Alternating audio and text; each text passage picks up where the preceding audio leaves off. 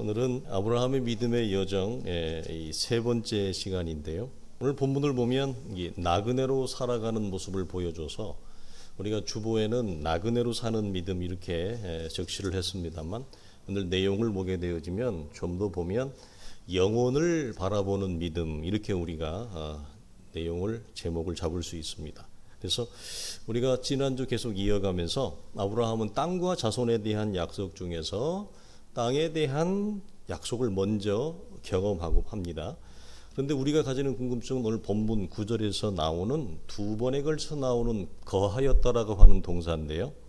여기서 이방의 땅에 있는 것 같이 약속의 땅에 거류하여 첫 번째 동일한 약속을 유업으로 함께 받은 이삭 및 야곱과 더불어 장막에 거하였으니라고 하는 두 번 표현되어지는 거하였다라고 하는 의미입니다.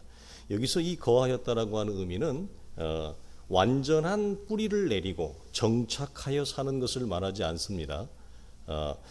잠시 머무르는 의미를 갖습니다. 그래서 우리가 나누었죠. 가나안은 최종 목적지가 아니었다.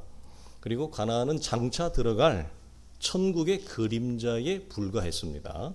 그러나 이 아브라함이 창세기 12장부터의 여정을 보게 되어지면 도대체 언제 정확하게 이 가나안이 하나님의 나라의 지상 모델 그림자에 불과했는지를 정확하게 알 수는 없습니다. 그러나 오늘 이제 본문이 그걸 우리에게 대변해 주는데 아브라함은 분명히 이 사실을 알게 되어졌다고 하는 거예요. 그래서 이 땅은 잠시 머물다 가는 삶인 것을 그가 어느 시점인가 어느 걸음인가 깨달아 알게 되어졌어. 이것이 우리가 흔히 말하는 아브라함이 나그네로 살아가는 믿음이라고 우리가 말을 하고 그 믿음의 시작인 것이죠.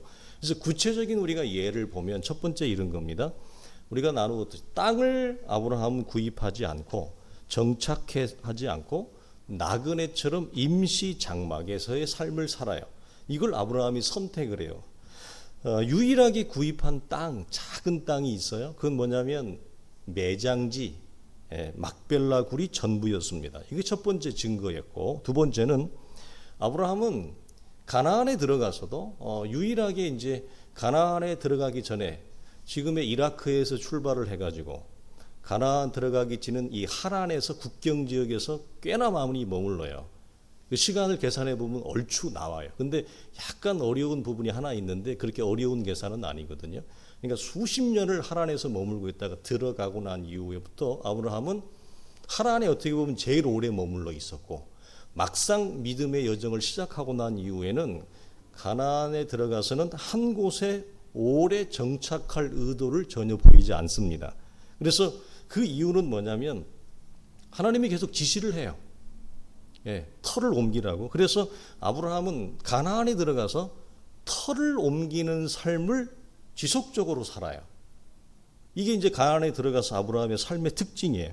그러니까 어느 특정 한 터에 우리식으로 해서 지금식으로 얘기해서 모든 것을 이렇게 올인하는 삶을 살지 않습니다.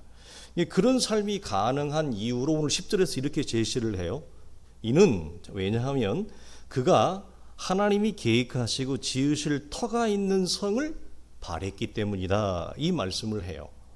그러니까 어느 시점인가 가나안에 들어가서 믿음의 여정을 걸어가면서 아브라함은 이 가나안 땅이 하나님이 일시적으로 1차적으로는 내가 내게 지시할 땅으로 가라라고 하는 곳에 1차적인 의미는 있었지만 자기가 궁극적으로 도착할 최종 목적지가 아니라고 하는 사실을 어느 순간부터 깨달아 알게 돼요. 그래서 그는 우리식으로 지금 얘기하면 텐트 생활을 하는 겁니다. 그런데 이게 사실은 되게 불편해요. 왜냐하면 대가족이거든요.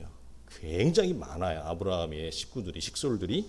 그 대가족이 우리가 뭐 요즘에나 텐트 생활이 처음에 낭만적이지 여러분 계속 텐트 생활 해보십시오. 그게 낭만적인가? 굉장히 고되죠. 더군다나 이렇게 우리 같이 이런 땅이 아니라 어제 노아 선교사님하고 잠깐 전화가 오셔서 한번에 통화를 했는데 요즘 한국 미세먼지 얘기하니까 그러는 거예요. 저한테 그냥 형 그러는데 형 여기는 아무것도 안 보여. 그래서 무슨 여기 사막이잖아.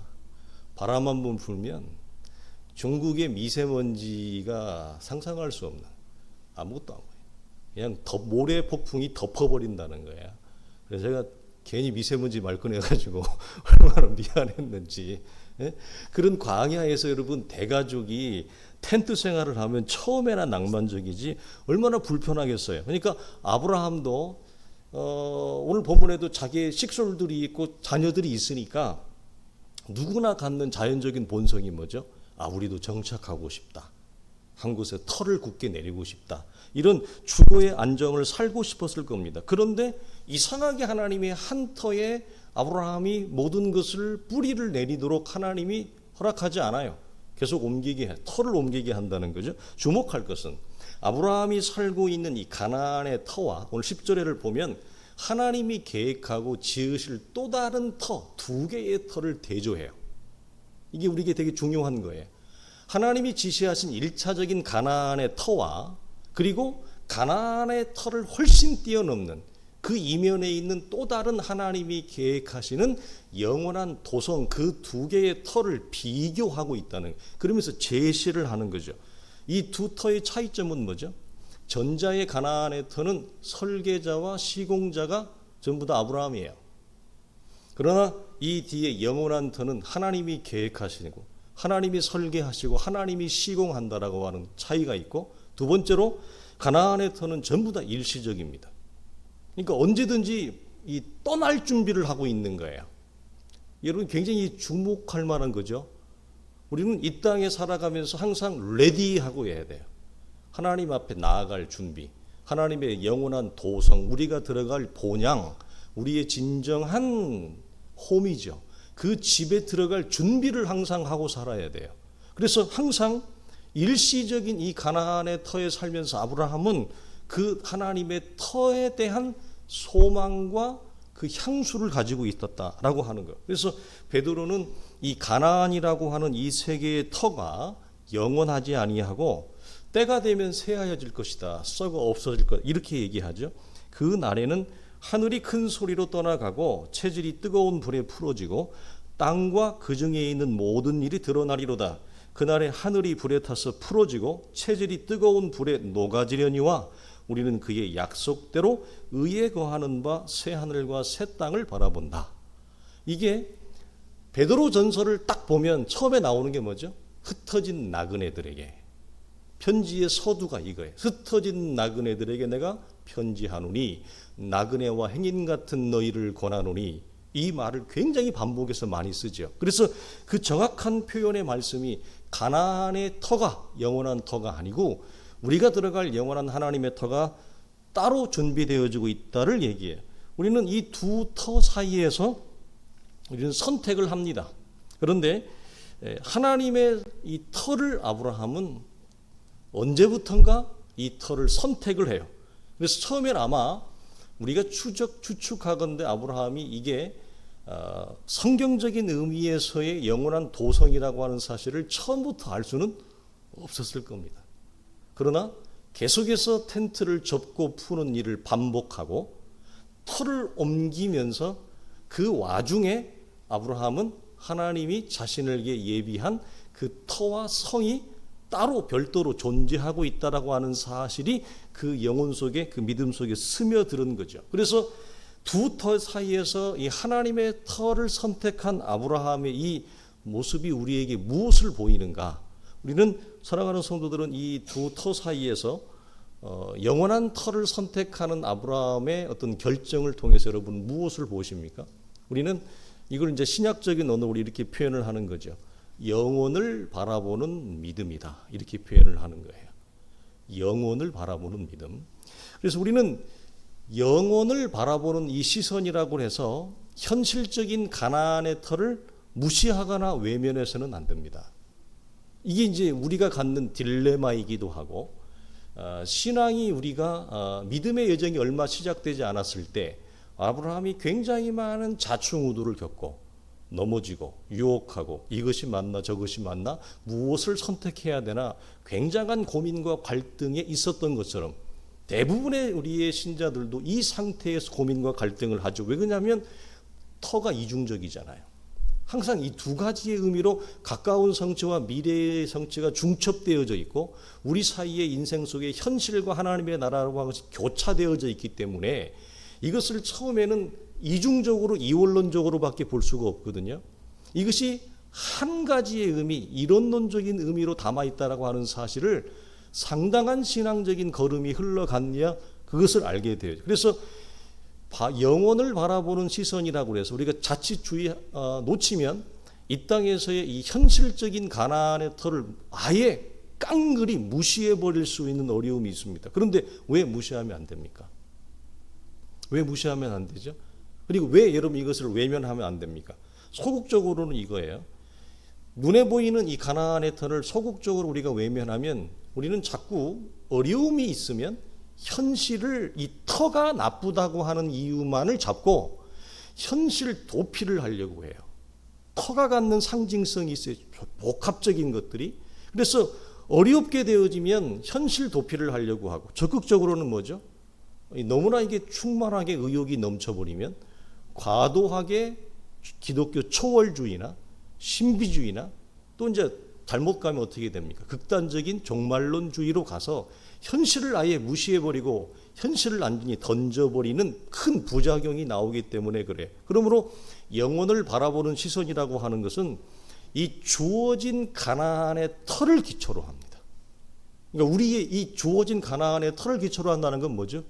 우리가 매일 직면하는, 매일 갈등하는, 매일 우리가 넘어지는 이 현실을 기초로 하고 있다고 하는 거예요. 그래서 가나안의 터, 우리가 매일 직면하는 이 현실의 터에서 영원한 하나님의 터를 연결하는 시선이 열어지는 것. 그게 영혼을 바라보는 시선이에요. 그러니까 우리가 부르심이 없이 믿음이 있을 수 없고 약속이 하나님의 약속이 없이 우리의 믿음은 공허한 거예요.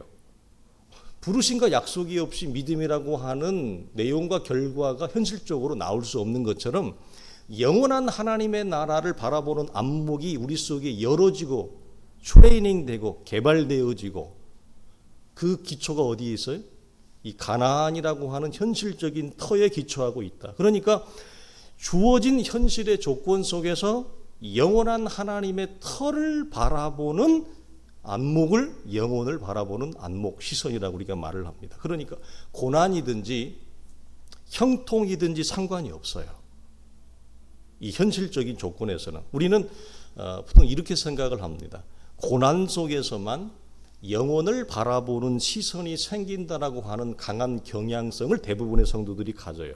반대로 어떻게 생각하냐면 형통하면 최소한 타협하거나 아니면 타락한다라고 생각을 해요.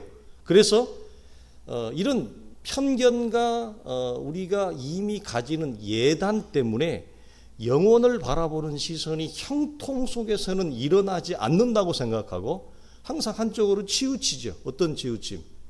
역경과 고난과 어려움과 아픔과 무너짐과 쓰러짐에서만 영혼을 바라보는 시선이 생긴다라고 우리는 너무 극단적으로 예단을 해요.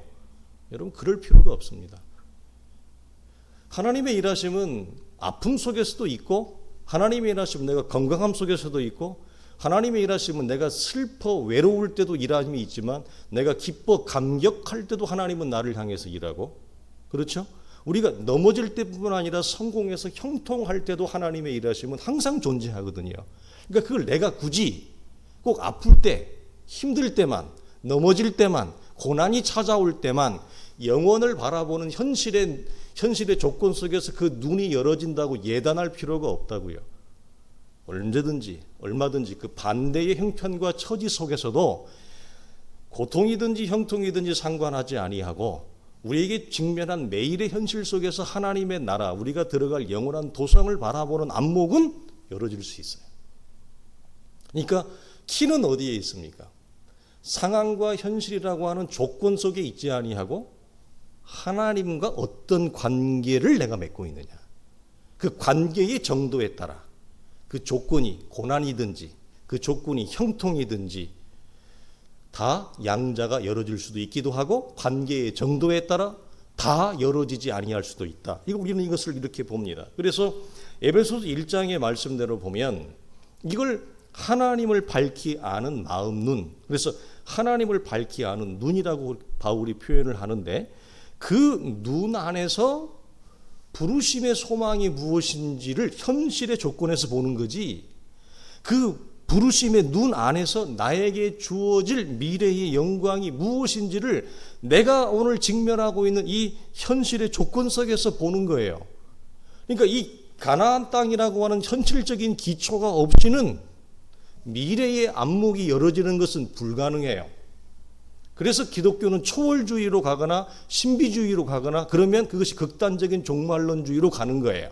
왜? 현실을 깡그리 무시해버리니까. 이 매우 여러분 큰 위작용이 부작용이 이 안에 있는 겁니다. 그러니까 이것은 조건에 관계없이 믿음을 잃어버리지 아니하고 믿음의 균형과 믿음의 길을 걸어갈 수 있는 어떻게 보면 최상의 영적인 방향타예요. 우리는 한쪽으로만 치우치는 인간적인 현실과 조건에 방점을 두면 항상 하나님과의 관계를 보지 않고 우리의 현실과 조건을 자꾸 보려고 하는 어려움이 있기 때문에 그렇죠. 그래서 고난이면 고난 속에서, 형통이면 형통 속에서 영혼을 보셔야 됩니다. 꼭 고난이어야 한다. 우리는 이제 이런 생각 공식을 은근히 많이 가지고 있습니다. 얘가 왜 사람이 안 됐다? 그런 거죠. 너는 어려움을 겪어보지 않아서 그래. 고난을 겪어보지 않아서. 우리 이렇게 쉽게 말을 하지만 고난을 겪어도 사람 안 됩니다.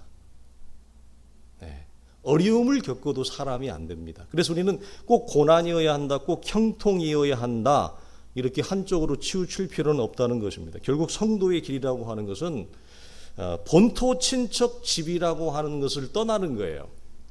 여기서 말하는 본토 친척 집이라고 하는 것의 의미를 우리는 다 알고 있습니다. 그러나 우리가 또 다른 차원에서 본토 친척 집은 뭐죠? 나라고 하는 이 자아와 나라고 하는 본성과 나를 중심으로 해서 형성된 내 자신의 세계를 떠나는 거예요.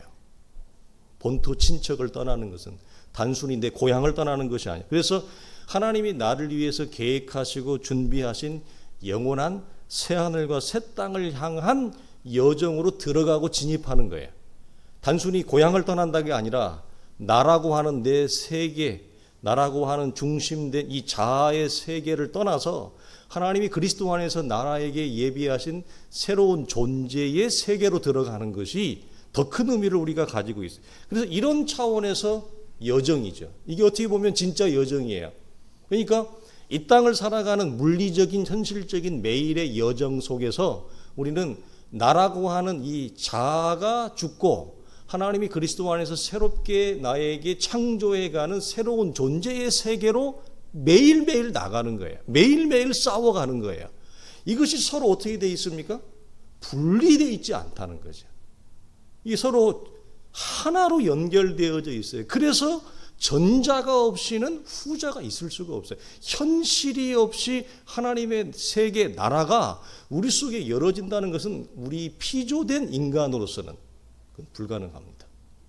그건 세상을 창조하신 하나님의 입장과 기준에서만 그게 가능한 거지, 매일의 물리적이고 감각적이고 현실적인 세계에서 지지고 볶고 살아가면서 인생의 희노애락을 겪어야 될 우리 입장에서는 눈에 보이는 이 현실적인 가나안의 터가 없이 과연 그것이 우리 속에 들어올 수 있을까? 하나님의 나라, 하나님의 세계가 그건 불가능하다는 얘기이죠. 그래서 이런 차원에서 굉장히 긴 여정이기 때문에 당연히 길을 잃죠. 제가 길을 굉장히 잘 찾는 사람인데, 저도 런던에서 예전에 지금처럼 스마트폰 없을 때, 인터넷 없을 때 지하철 거꾸로 타기도 하고, 그래서 지나가는 경찰관 아줌마만 보면 달려가서 길을 물어야 했습니다. 유일하게 볼 수 있는 게 지도책 하나밖에 없는데, 지도책도 없을 때가 있잖아요. 그럼 지나가다가 이제 우체부 아저씨 보면 달려가서 길 찾아가서 늘 물어보고, 여정에서는 당연히 길을 잃어버립니다. 잘 찾든지 못 찾든지. 그렇죠? 이건 자연스러운 거예요. 길을 헤매기도 하고, 그리고 때로는 나태합니다. 그리고 유혹에 빠지기도 하고 어떤 때는 또 컨디션이 굉장히 좋습니다. 그래서 기쁨과 감격이 있고 얼굴에 웃음이 있고 이럴 때는 또 굉장히 몸이 가벼워서 운동이 잘 되듯이 잘 달립니다. 잘 뛰어가죠. 그러나 때로는 굉장히 몸이 무거워요. 왜 몸이 무거운지 자기도 잘 몰라요. 그러나 그때는 여러분 사람이 침체하기도 합니다. 또 함께 출발한 믿음의 동료들과 갈등이 일어난다. 이런 자연스러운 거예요. 어제 우리 노화성 기사님하고도 얘기했지만 한국 교회와 한국이라고 하는 정서는 참 우리가 겪어왔지만 참 어려운 것 중에 하나가 뭐냐. 나와 다른 게 부부든지 친구든지 믿음의 지체든지 나와 다를 때 그 사람을 어떻게 포용할 것인가 아니면 평생 적으로 둘 것인가. 근데 대부분의 한국 교회 현실은 어떻게 돼요? 나와 다른 생각, 나와 다른 입장에 있으면 천국 가기까지 안 보고 천국 가서 보잖아요. 이 땅에서는 안 봐요. 다시는 안 봐요. 이게 한국 민족이 갖는 아주 대쪽 같은 기질이기도 하지만 신앙의 차원에서 볼 때는 용서와 화해가 이 땅에서 우리가 풀어내지 못하고 이 땅에서는 다시는 못 봐요. 안 봐요. 그리고 천국 가서 봐야 돼. 아니 희한한 민족적인 정서를 가지고 있는데 갈등이 일어나는 것은 자연스러운 것이다. 그리고 그 갈등을 그런 문제는 뭐죠? 우리 앞에 일어나는 수없는 유혹과 갈등, 시험과 장애물이라고 하는 것을 어떻게 우리가 이것을 극복해 나갈 것인가? 그리고 어떻게 믿음으로 이것을 인내하며 하나됨을 우리가 펼쳐가고 풀어낼 수 있는가? 그리고 그것도 혼자가 아니라 함께. 혼자 가는 건 쉽잖아요. 개운하잖아요. 혼자 가는. 옆에 있는 거 신경 안 써도 되고. 아니 나는 이번에 설을 보내면서 우리 장모님하고 식사하고 이 계피 수정과를 한 잔 마시면서 여러분 혹시 보셨는지 모르겠습니다. 깜짝 놀랐어요. 젊은 군인 부부가 애를 낳는데 그 5쌍둥이가 나오는 거예요? 세상에. 어떻게 한 여자의 배에서 5명이 동시에 나와. 그래가지고 그 수술을 하는데 의료진이 한 20명도 더 달라붙은 것 같아요. 세상에. 그래가 5명을 그걸 해가지고 애를 키우는 걸 보는데, 이야, 이게 웃어야 될지 울어야 될지 모르겠는 거예요. 에? 여러분, 근데 혼자 가는 것은 가뿐하죠. 챙길 것도 없어요. 배려해 줄 것도 없습니다. 내가 양보할 것도 없습니다. 가뿐해요. 그러나 교회로 부름받은 공동체가 갖는 영적인 여러분 어려움은 어디 있습니까? 나 혼자 다른 박질을 잘한다 하여 나 혼자 먼저 달려갈 수 없는 것이고, 그렇죠? 교회 공동체는 혼자가 아니라 함께 가는데 나와 생각과 의견과 입장과 처지가 달라요. 그러면 그 갈등을 계속 안 봐요?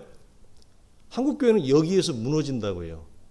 제가 30년을 목회 생활을 해오며 사역자 생활을 해오면서 교회에서 가장 큰 생질적인 어려움이 뭐냐 이거예요. 그래서 나랑 다르면 그때부터는 이제 안 보기 시작하는 거예요. 서서히. 이걸 어떻게 풀어가느냐 이거죠. 그래서 우리가 하나님의 교회 공동체 안에서 우리가 연습해야 되고 사랑도 연습을 해야 돼요. 고백도 연습을 해야 되고요. 굉장히 중요합니다. 연습해야 돼요. 사랑한다고. 미안하다고 말을 해야 되고 이 연습을 해야 돼요. 입으로 내뱉지 않으면 마음은 사랑하고 마음은 미안하다고 하지만 이게 안 돼요. 그래서 사랑도 용서도 친절도 거룩도 경건에 이르는 연습이 우리 안에 이루어나야 돼요. 근데 그 이루어지는 최적의 환경이 어떤 거예요? 나랑 다른 놈을 만나는 거죠. 왼수 같은 놈을 교회 안에서 만나는 거예요. 그러잖아요. 부부가 달라도 그렇게 다르다고. 아니 부부만 다를 줄 알았더니 교회 와서 봤더니 저 아무개 집사도 여전도회에서 남전도회에서 교회에서 나랑 다 달라. 같은 거 몇 개가 없어. 그러면 그럼 어떻게 할 거야? 누구 말대로 그냥 이혼해? 어떻게 해야 돼요? 이혼할 거 아니면 어떻게 해야 돼? 어떻게 그걸 함께 하나로 예수 안에서 묶어서 갈 수 있느냐. 이 연습을 평생 해요. 교회 공동체 안에서. 이것이 우리의 숙제입니다. 이것이 우리의 씨름이기도 하죠. 그래서 이런 차원에서 믿음의 여정은 길어요. 굉장히 길게 느껴져요. 이런 차원에서. 우리는 부르심에 순복해서 여러분 믿음의 여정을 시작했습니다. 우리 모두가.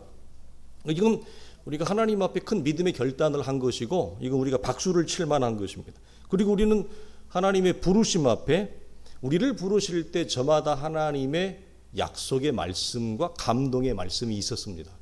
우리는 그래서 그 약속의 말씀을 따라 감동의 말씀을 붙잡고 여기까지 이르렀어요. 이게 우리가 현재 여기까지 온 걸음이에요. 우리의 걸음 안에는 우리가 볼 때는 미비하게 여러분이 보일 거라고 생각할 수도 있지만 우리 안에는 부분적인 성취가 있습니다. 우리 공동체 안에는 한 개인이나 교회 공동체 전체에 우리 안에 부분적인 성취가 있다. 이게 굉장히 중요한 거예요. 이 부분적인 성취는 앞으로 완전한 성취로 나아가는 디딤돌이에요. 이건 보증이라 그랬어요. 하나님이 우리와 함께 하시고 우리를 불러가시고 하나님이 풀어가시는 위대한 역사를 우리가 현실에서 어떻게 확인하느냐. 우리 안에 부분적인 성취를 통해서 확인해요. 그게 보증이에요. 그러나 우리의 눈에는 항상 이것이 어떻게 보입니까? 양이 안 차요. 우리는 부분적인 성취가 아니라 그냥 몇 걸음만에 완전하고 대박나는 성취가 우리 안에 이루어지기를 원해요. 그러나 우리가 지난주 주일날 나누었듯이 그렇게는 하나님이 잘 일 안 하셔요. 잘이 아니라 거의 안 하셔요. 네. 그렇게는 여러분 아브라함이 부름받았을 때 몇 걸음 만에 모리아산에 도착하던가요? 요셉이 꿈과 비전을 받았을 때 몇 걸음 만에 애굽의 총리가 되던가요? 다윗은요. 모세가 하나님 앞에 부름받을 때 굉장히 하나님 앞에 서운해가지고 엄청 실갱이를 해요. 왜 실갱이 하시는지 알죠? 여러분 잘 보세요. 떨기나무 앞에서 하나님을 모세가 새롭게 만나고 출애굽의 지도자로 보내려고 할 때 모세가 보통 땡깡을 부리는 게 아닙니다. 어떻게든지 안 가려고 그래요. 왜 그래요? 이유는 딱 하나입니다. 왜? 내가 하고 싶었을 때, 내가 원했을 때, 내가 볼 때 최고의 인생의 시기와 시즌과 기회가 되는 그 시절에 왜 하나님은 나를 내어버려 뒀습니까?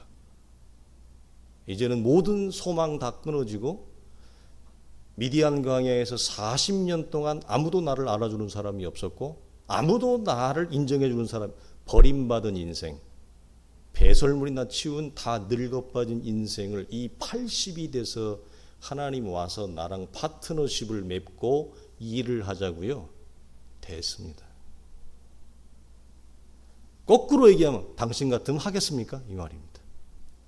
젊고 의욕이 있고 열정이 있고 사람들에게 주목받을 만한 인생의 시즌에 있을 때 내가 그렇게 내 민족을 위해 내 인생을 내 생명을 내어 던지지 않았습니까? 왜 그때는 하나님 나를 내어버려 두었다가 다 늙어 꼬부라 빠진 이 힘없는 늙은이가 되어져서야 나를 찾아와서 이 나라를 구원하자 하나님 손을 내미십니까? 싫었던 거예요. 여러분 같으면 좋겠어요? 아니 우리는 이제 만 70세면 은퇴하잖아요. 굉장히 긴 거죠. 예를 들어서 내년이면 내가 만 70인데 갑자기 1년 남겨두고 나를 장로님이나 권사님으로 여러분 임직을 하면 여러분은 기분 좋겠어요? 지금처럼 이렇게 그래도 지금 아직 젊잖아요. 우리가 이렇게 쌩쌩하고 젊고 아름답고 반짝일 때 하나님이 이 나 아직도 해볼 수 있는 여지가 있을 때, 그렇죠? 손을 내밀어서 하자고 할 때 해야 나도 흥이 나고 나도 에너지도 나고 하나님 참 하나님 그렇게 내가 싹 100% 마음에 드는 건 아니지만 그래도 하나님 그래도 좀 그래도 해보겠으면 이래 되는데 나이 68, 69, 내일 모레면 이런 데서 이제 은퇴해야 되고 모든 걸 놔야 될 때, 만약에 그때 여러분 내가 장로로, 목사로, 권사로 여러분 만약에 세움 받으면 여러분 같으면 하겠습니까? 그 1년 하고 말걸? 1년 하고 말 장로를 하겠습니까? 1년 하고 말 권사를 하겠습니까? 1년 하고 말 목사를 하겠습니까? 물론 그래도 하려고 하는 사람이 있을지 모르겠습니다만, 이건 견줄 수 없지만 모세는 여러분 더 심한 거예요. 그거죠. 그래서 하나님이 우리를 부르실 때 저마다의 약속과 약속의 말씀을 붙잡고 여기까지 왔습니다만, 우리 안에 부분적인 성취와 안전한 성취가 우리랑 항상 교차를 하는데, 우리의 갈등과 우리의 아픔은 뭐예요? 부분적인 성취가 정말 부분적인 성취로밖에 안 보인다는 거예요. 마음에 안 들어요. 그래서 한 키의 완전한 성취가 이루어지기를 원하고, 여기에 관련되어지는 성경 구절들을 우리는 갖다 놓고 하나님 앞에 떼를 서기 시작합니다. 그래서 여러분, 우리가 이 부분적인 성취와 완전한 성취 사이에서 대부분 큰 갈등과 유혹과 시험을 받습니다. 이 사이에서. 그럼 우리가 이 사이에서 여러분 어떻게 해야 되죠? 우리 설교의 결론입니다. 부분적인 성취라고 하는 눈에 보이는 이 가나안의 터라고 하는 현실 속에서 영원한을 바라보는 시각처럼 부분적인 성취 안에서 완전한 성취를 바라보는 그 안목이 열어져야 되죠. 그러면 부분적으로 내 마음에 들지 않는 성취가 찾아왔다 할지라도 여전히 무엇으로? 믿음으로 걸어갈 수 있고 믿음으로 인내하며 나아갈 수 있는, 이게 믿음의 균형을 잃지 않고 나아가는 길이에요. 이 땅의 현실에서 영원한 하나님의 나라의 현실을, 그 내용을 바라보는 시선처럼 부분적인 성취에서 완전한 성취를 내다보는, 영혼을 바라보는 안목의 시선, 그것이 바울이 얘기했던 대로 하나님 앞에서 우리가 기도하고 소망해야 될 하나님을 알게 하시는 밝은 눈이 열어질 때, 우리가 이 안에서 뭐죠? 갈등하지 아니하고 믿음의 길을 오늘도 정진해서 나아갈 수 있는 길. 그래서 여전히 부분적으로 성취가 일어났다 할지라도 걸음을 멈추지 아니하고 앞으로 나아갈 수 있는 그 길은 무엇입니까? 영원한 시선과, 그리고 아직 문자 그대로 완전한 성취가 이루어지지 않았다. 무슨 말? 남아있는 성취, 그 완성을 향한 성취로 우리가 뭐죠? 나아가야 되는 그 마지막 걸음이 있기 때문에 오늘도 그 믿음으로 중단하지 않고 그 믿음의 걸음을 걸어갑니다. 남이 주목하지도 않고 알아주지도 않지만 하나님 앞에서 내 그 걸음을 걸어가는 것입니다. 오늘 사랑하는 성도들이 우리에게 주은 이 믿음의 걸음을 함께 걸어갈 수 있기를 주님의 이름으로 축원합니다.